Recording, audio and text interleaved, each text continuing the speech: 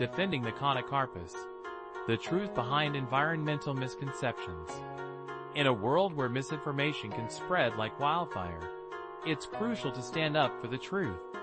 This past Sunday, Jana Vijnana Vedika, a dedicated forum that champions scientific awareness and rational thinking, gathered to address the swirling misconceptions surrounding the Conocarpus plant, which hails from Yemen.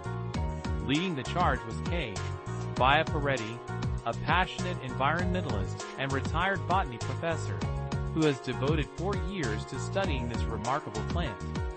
With a wealth of experience in securing environmental clearances for various irrigation projects, he took the stage to urge an end to the negative social media campaigns that have unjustly targeted the Conocarpus, calling for its removal from our landscapes. Mr. Reddy passionately defended the Conocarpus, stating, "This plant, which has found a home in places like Dubai, Kuwait, and Abu Dhabi, is responsible for a staggering 70% of their green cover. It plays a vital role in absorbing carbon dioxide and releasing oxygen, yet it is being misrepresented. The Conocarpus thrives in a variety of soil, water, and climatic conditions, making it a resilient choice for our environment." He condemned the unfounded allegations against the plant as not only misleading, but also contrary to rational thought.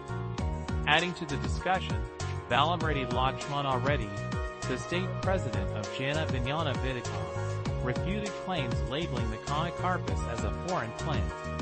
He highlighted that many of our beloved staples, such as tomatoes, potatoes, coffee, tea, wheat, tobacco, and chilies, were also introduced to India from other regions.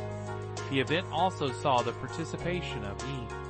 Falguna Kumar, a chartered accountant, and T.D. Krishna Reddy, the former secretary of the AP Council of Science and Technology, APCOT, who lent their voices to this important conversation. As we navigate the complexities of environmental stewardship, it's essential to rely on science and reason rather than fear and misinformation. The Conocarpus plant deserves our support, not scorn.